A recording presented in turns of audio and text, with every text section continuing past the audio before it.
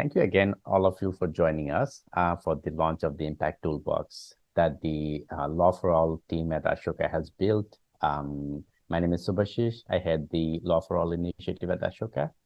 I'll quickly pass it on to my colleagues, and then we'll start the short presentation that we have about the tools. Acheng? Yeah, thank you, Subhashish. Hi, everyone. Um, Thank you so much for being here today. My name is Acheng, and I lead the Venture and Fellowship at Law for All initiative. So we identify leading social entrepreneurs in India who are creating significant social impact. And in LFA especially, we equip such social entrepreneurs in the law and justice sector with resources and networks to help them in their change-making journey and also enable long-term mindset shift. So um, I have been with Ashoka for a while now, and it's lovely to meet all of you. Thank you, and I pass it on to my colleagues, Nitesh and Sharmari. Yep. Good evening, everyone. My name is Nitesh. I recently joined Ashoka LFA as an intern, and for the past 3 months, I have been working towards the Impact Toolbox, which will be presenting to all of you all. So I'm super excited to present it to everyone, and thank you so much for joining. Hi all, lovely to see all of you here. I am Sharvi Chauhan. I lead M&E and Impact Assessment at Ashoka. I've been with Ashoka for more than 2 years now, and I've worked with multiple teams.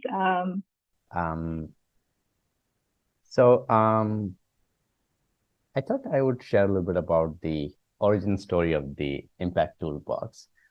Back in 2021, we did a couple of studies. One was to understand the larger law and justice sector and how social entrepreneurs are building new solutions within that sector, and how they're supporting communities, how they're working with communities, and sometimes they themselves are from the communities. And we did that. We also did an extensive set of interviews to understand more, because each social entrepreneur's journey is unique and different, and their approaches and their strategies are also unique and different in that sense. And we wanted to understand. So we realized that many of them not only have sort of been collecting data that is mostly quantitative data when it comes to understanding their own impact, and when it comes to sharing that impact story with their donors or their potential donors or their partners and so on, or their stakeholders. Sometimes the qualitative data is not only missing, but is not really collected in a structured way. The second thing that we saw is that many organizations and many change makers, as we call them, have been collecting only a limited amount of data, and often struggle with understanding what their indicators would look like, or they often don't have a clear sense of the other organizations in the sector, and how they're connected with other organizations in the sector, or how they're connected with organizations from different sectors, because many people do a lot of intersectional work. So their sector is not just one sector, but many sectors. And I think because of these reasons, we thought we should probably build something that Ashoka is good at, because Ashoka never creates solutions itself.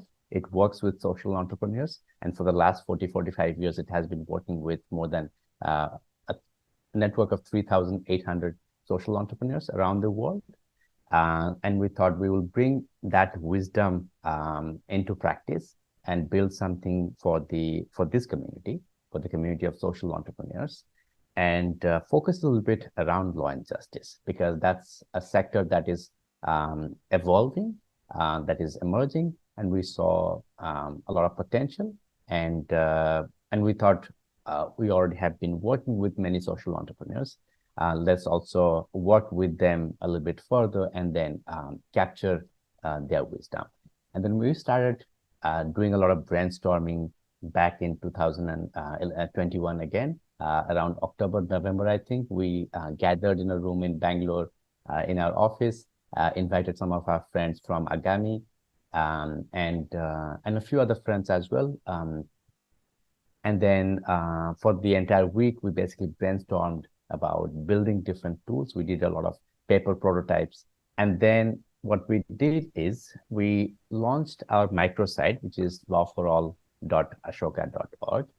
And a few months later, we launched the very first tool.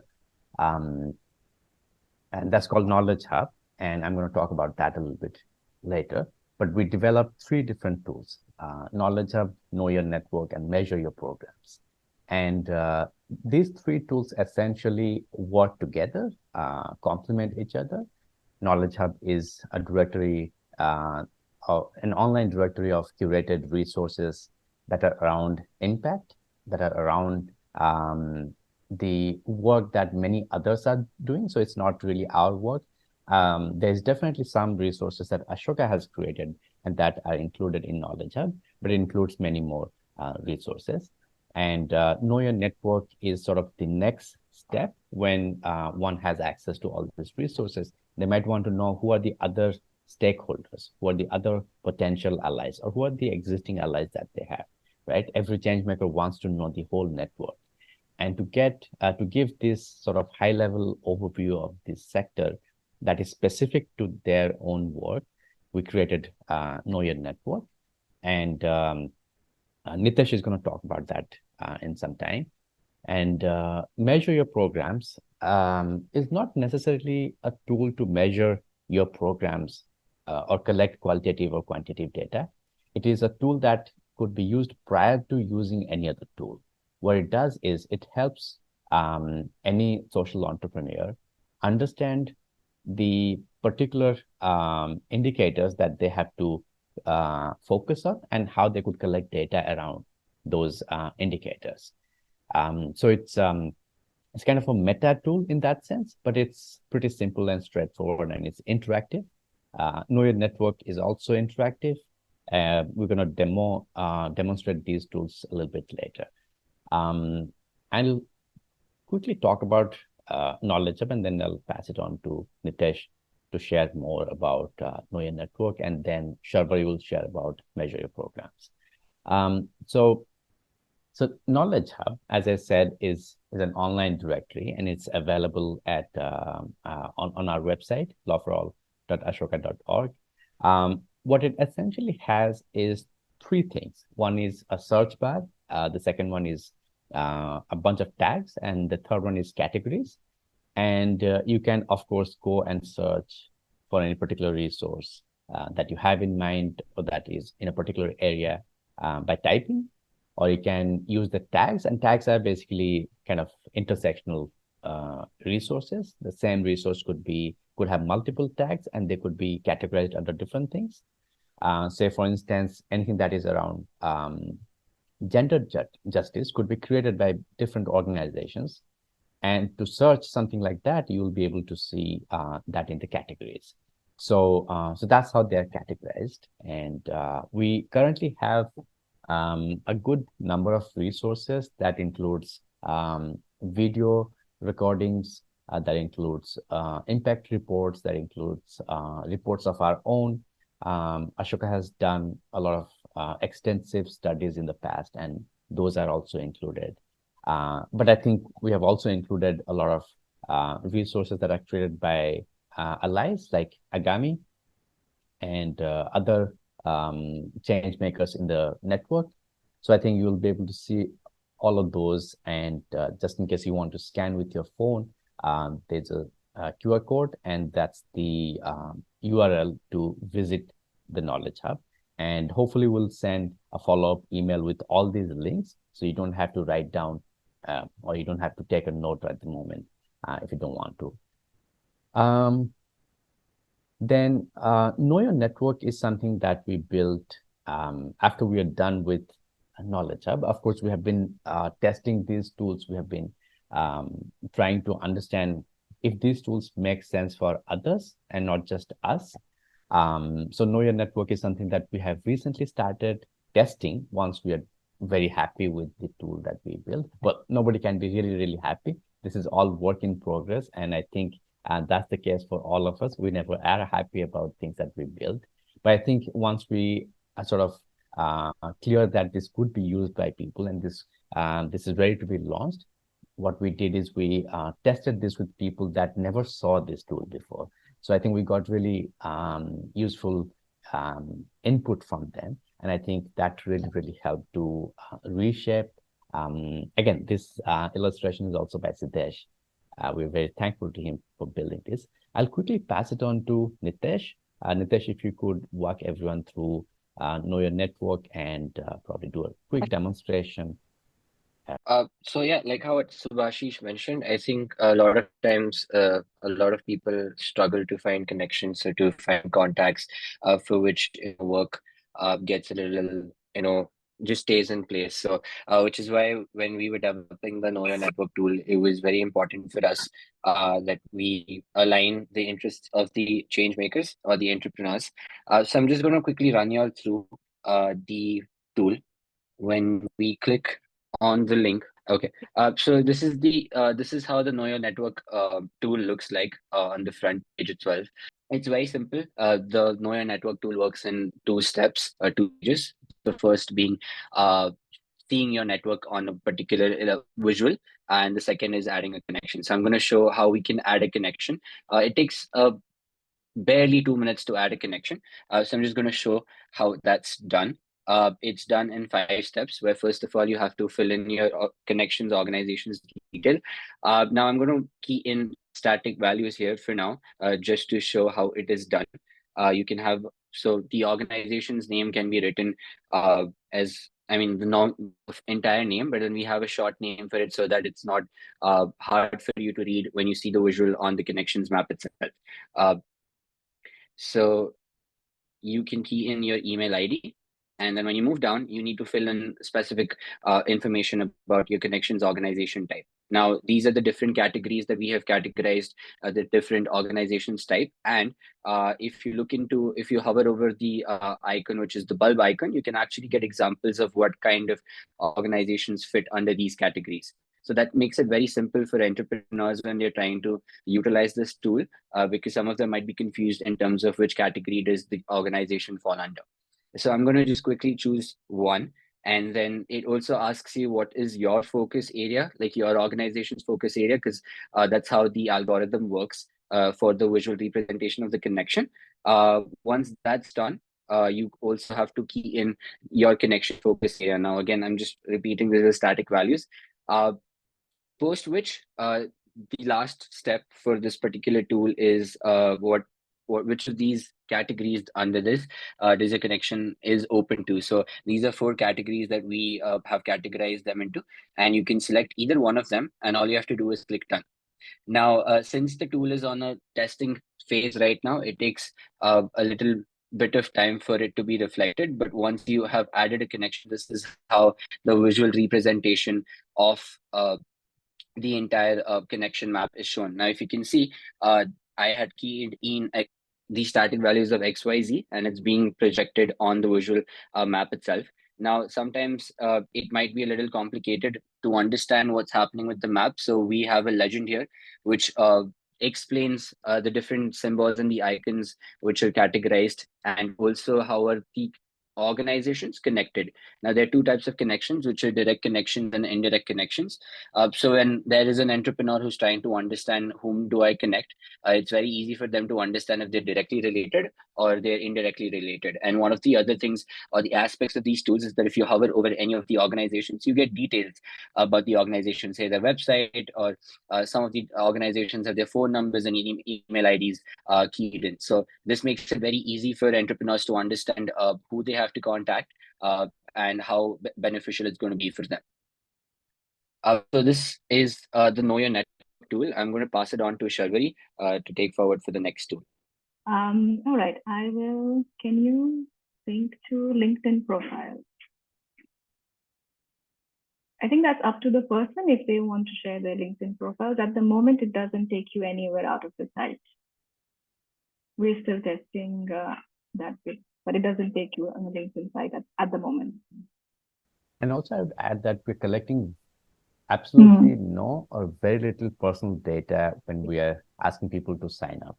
We had discussed, I think Atika would remember this, we had discussed about this a lot, and because of the GDPR compliance that Ashoka has, because of our operation in Europe, we tried to build tools that doesn't collect any personal data.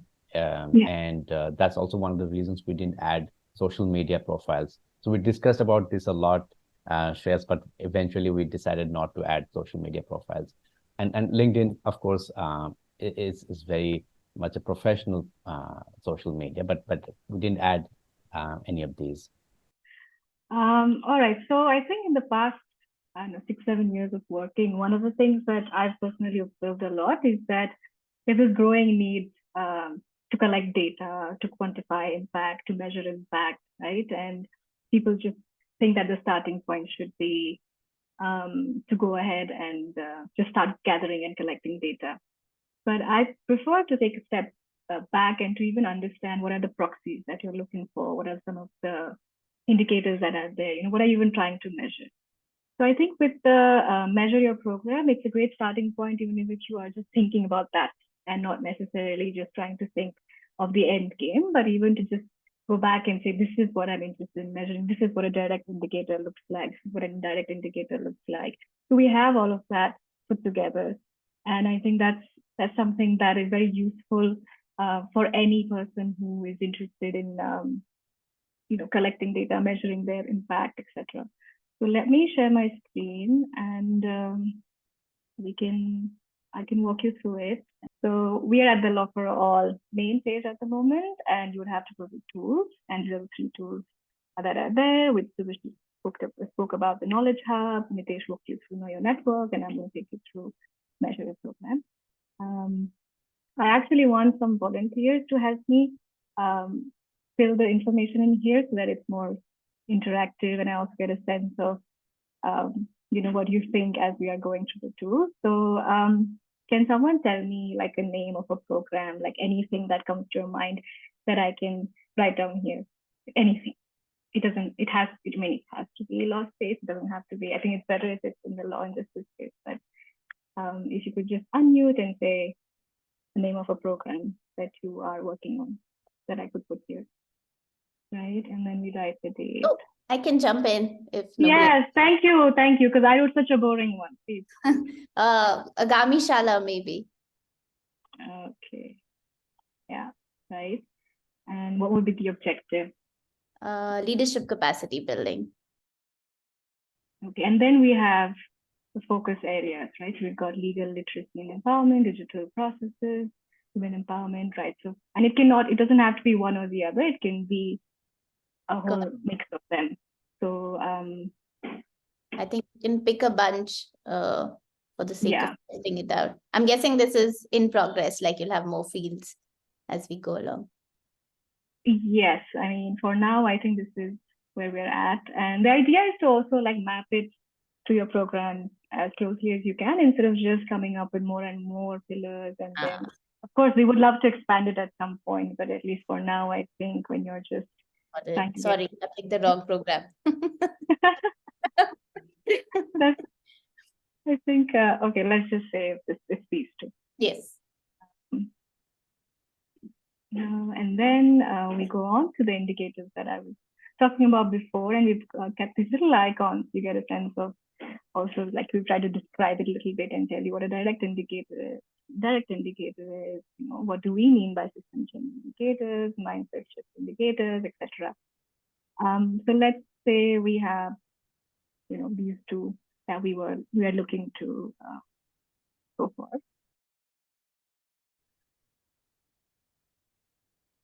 So you get a list of them. It looks a little bit like this. Got it. Right, and we're just gonna, for the sake of the example, put this 2. Number 1, a percentage 1, and we at the moment also have kept an other option. to just write something that we want to track. And what would that be? Maybe make it collaborations.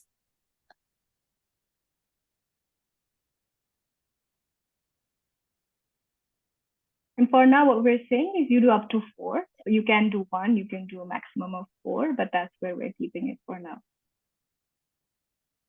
And then for each one, you have this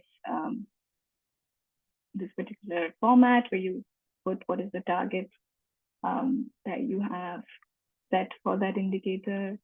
And even for the time period, we have 6 months. We have a 6-month interval, 6 months, 12 months, 18 months, and 24 months. We have until 2 years. For now, I'm just going to do a 6 months. And you can also put in, plug in the date and then see how much you achieved in that time period. And we've left a little bit of a little box so that you can add any qualitative observations that you may have or anything else that you want to write about that indicator, right? Anything that brings out better insights or to just make sense of the indicator even more. So in this case, I don't know, but yeah. And then you can do the same for indicator 2. And I'm leaving it blank for now. And then for others, was the one that we said. Okay. It's possible. I mean, let's see. Then you hit submit once you're done. Okay, so I did not fill something somewhere. Right, so for each indicator, then you'll get a little chart. So it'll tell you the time period that you put in data for. What was your target? That was 40 for the first indicator, which was publications in the field of women empowerment, and a little description that we had to just tell us a little bit more about the data that we collected, or the indicator is also listed here. And then it tells you, how much you've achieved. So we said 20%, sorry, 20, so 50% is where you're at. And this is the data for the 6 months. Similarly, you can see we've overachieved this time, and it just highlights that and gives this bright orange. So I guess it's like mood boosting in that sense. And then we have indicator 3, where we've done outrageously well. So, this is the one that we had like a personalized or sort of custom indicator, right? We put in our own. So that's how it is. You can also download the report. You can copy link. You can add another program, and you can redo the process, or you can edit and say, oh, okay, this was a typo. Like this didn't make sense. Like it was not 5, it was actually 50. And then because this looks too much. And then you can edit, and you can go back and make the needful changes. So that's what it is. I think that was a quick overview, and I hope that was a bit clear as well. I do have to add a few things to thank people that have contributed. Of course. I really wanted to thank people that have contributed to the tools development, particularly Meghna Parikh, who was with us from the very beginning. And Meghna recently has stepped down from Ashoka, but remains a friend. She was the project lead, but there's also a whole Ashoka team. And the Agami team has played a very important role, particularly, thank you, Artika, but also the whole team. I remember Artika was not just there with us from the beginning, but also continued providing us input over many, many months after, October 2021. And I think that really helped. Many Ashoka fellows, particularly Apar Gupta, Anshul Tiwari, Osama Manzar, Mohit Raj, who is on the call, Nitika Sonavane, Raju, who was also there on the call, Smita as well, Smita Chakraborty as well. And, Yeah, I think that really helped us a lot. And we also did user testing with some of our network members. So I think Ritesh Goya is somebody who helped a lot in many ways. He was part of the survey and the interviews that we did while we were doing the research. And he didn't see the tool all along. And then we did a user testing with him recently. There's also Rishikesh, Suhani, Sabah, and Vimal, and Maya Darwala, and Shujana and Siddesh were there in the room when we basically shared about the tools, and they all helped a lot in shaping the tool the way it is right now. And there are many other people that I have not managed to write down their names here. Apologies to them, but I think we really recognize their contribution and very, very grateful to all of them. Secondly, the collaborators that have supported in institutional capacity. So these are basically their logos that I could search and find, but there are many more that have contributed in development of something like this. Of course, it looks simpler and less, but we start with a lot, and I think all the people that I just mentioned about contributed in reducing, because we didn't want to add to the workload of people that are already very busy. And with that, I think we can take a few more questions, but just in case people want to ask questions at the end, we do have dedicated time for that. I wanted to invite Artika, as you were there with us from the very beginning, and it's been quite some time. And definitely the tools look different than what we started from. What I wanted to ask you is, how do you think this is going to be useful for an organization like Agami? Or how do you see the practical use cases for a tool like this, particularly in your work? Thanks, Subhashish. Yeah, I think being part of the Ashoka family, have had a chance to be a part of like seeing how the journey this toolkit has really taken. And I remember our early conversations, the first brainstorming that we sort of had with the sticky notes on what really is the need that this is answering for. And I think what it has emerged out to be is answering for some very key needs, which was one is people working in the field, how do they sort of know who else is out there. So making visible was a big part of the challenge that I think Ashoka identified through its mapping the change making landscape and law and justice report, that how do you make visible what is the network here. So I think the network know your network tool is a great way to sort of recognize who else out there is doing the work like I am, and who do I need to reach out to. So that I think is a great enabling tool for any organizations, and the more organizations use it, and I hope there is more and more adoption. The more organizations that use it will allow all of us to benefit from each other in a big way.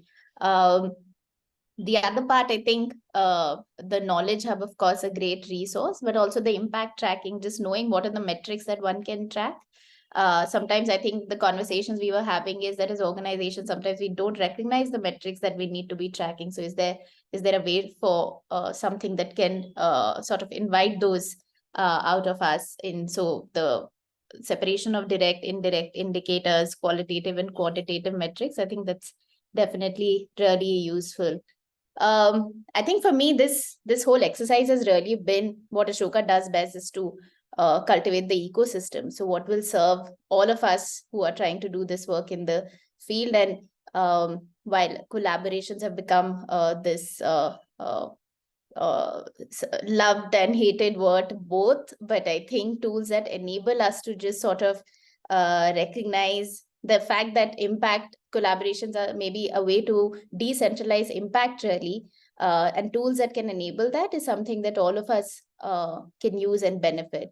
So, I mean, really looking forward to what we as Agami can do with it, and the field as well. So thanks to the Ashoka team for making this happen. A lot of hard work and sleepless nights have gone into this, and I can imagine cross-country calls, being an Ashoka staffer, so I know it's not easy to pull these things. So yeah, congratulations to the whole team. Thank you so much, Artika.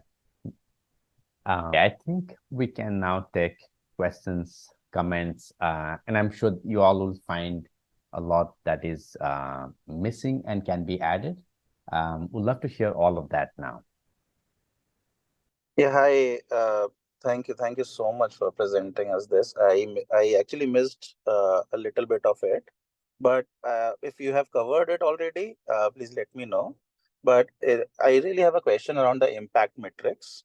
Are we also planning to bring the mostly the current donor ecosystem in law and justice space to actually somewhere come together and define the impact metrics as well, and maybe so build a sweet spot of like how we all can come together on that? Is that also a plan?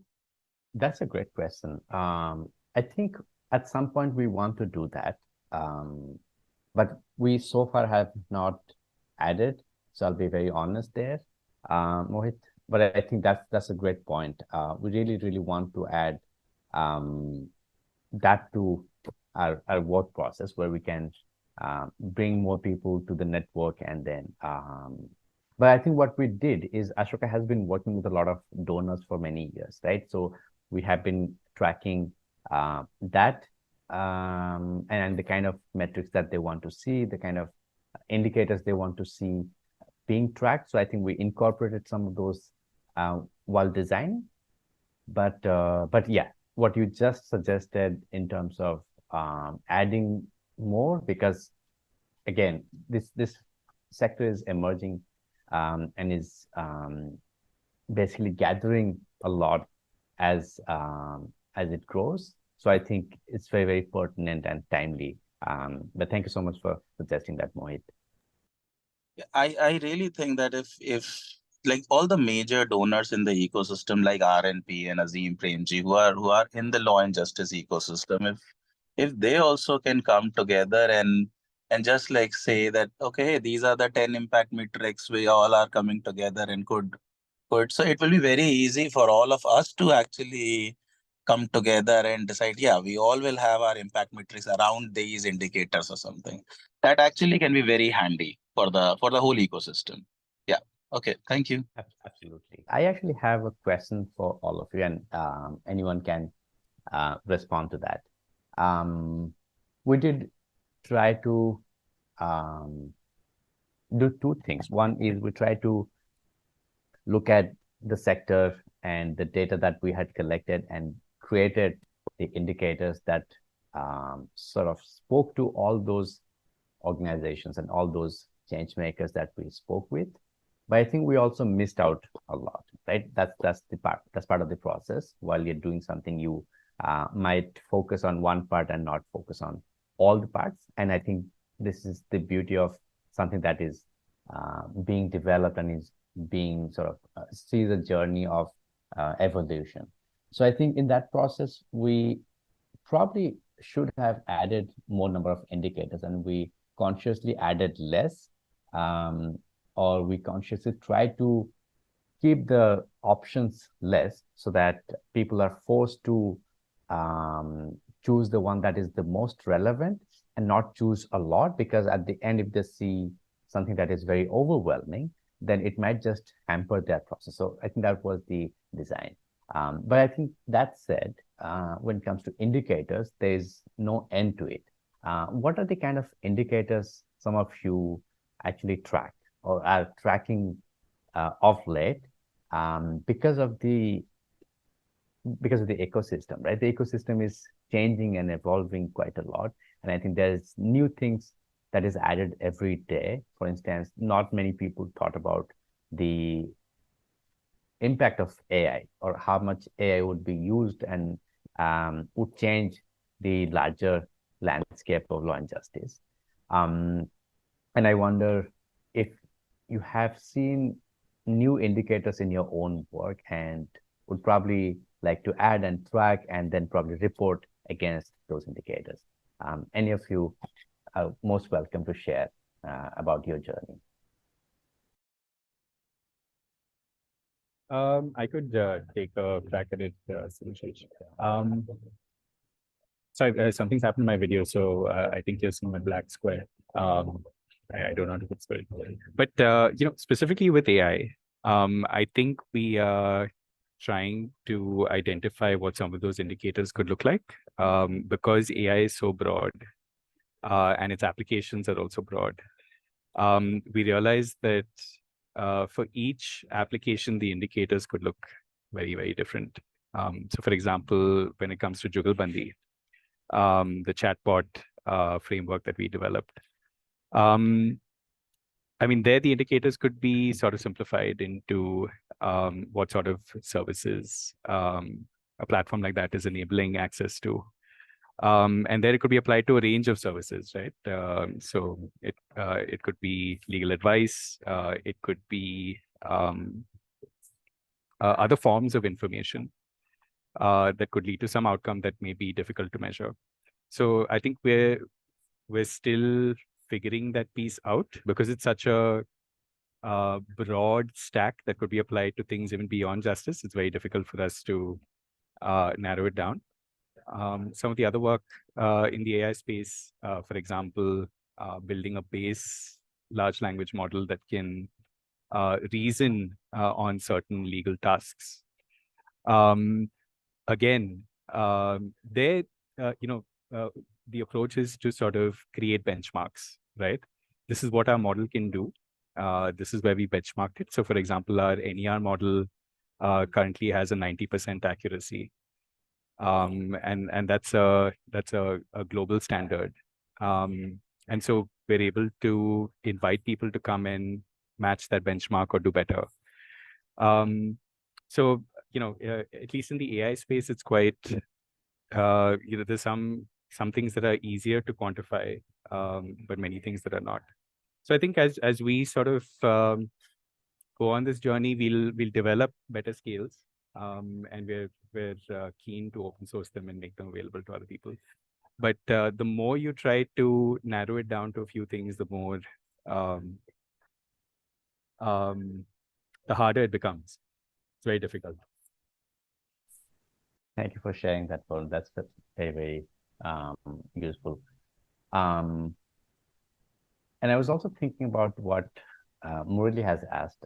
Thank you for asking that question, Murali. I think we've discarded more than what we have managed to include.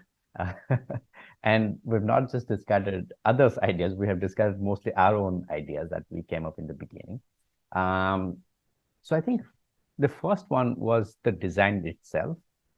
When we started to create sort of paper prototypes, what we realized is that we don't agree with each other and we don't agree with ourselves in a few months later into the development. And we all wanted to include all the organizations and all the different stakeholders within the sector. But we didn't agree about how we name those stakeholders or how we group them together.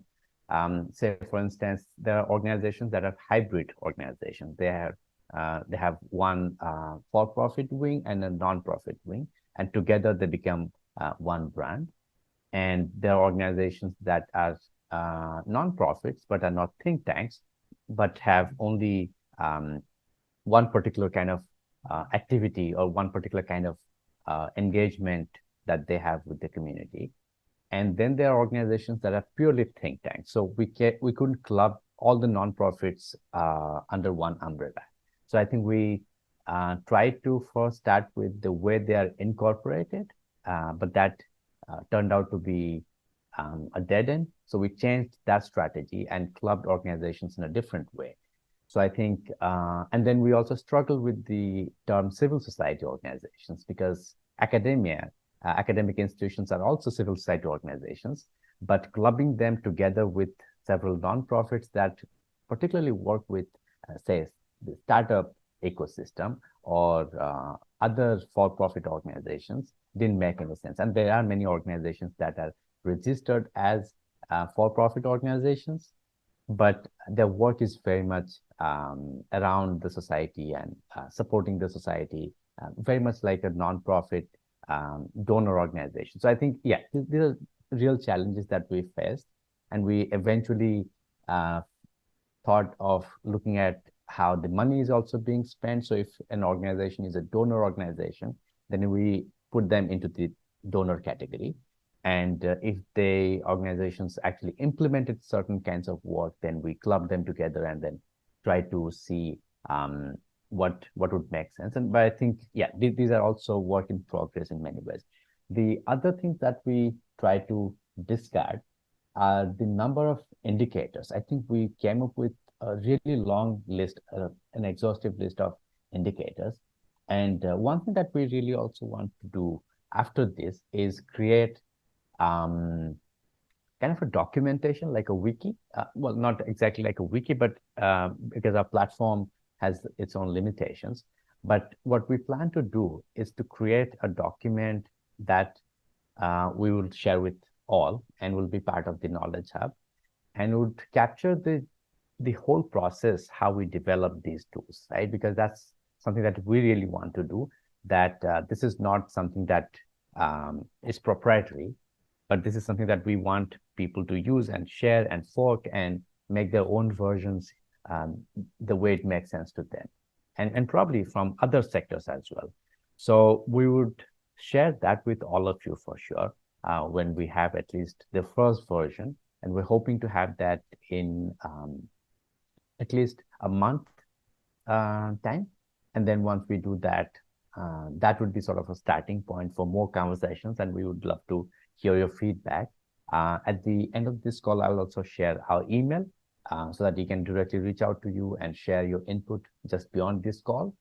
And when we create that document, I think that will capture some of the things that we have discarded, and hopefully that will answer your question early. Please write to us if you have more questions or comments, input that you think would be useful for us to incorporate in the next version or the next versions of these tools. And we will share with you the links, the direct links as well over email.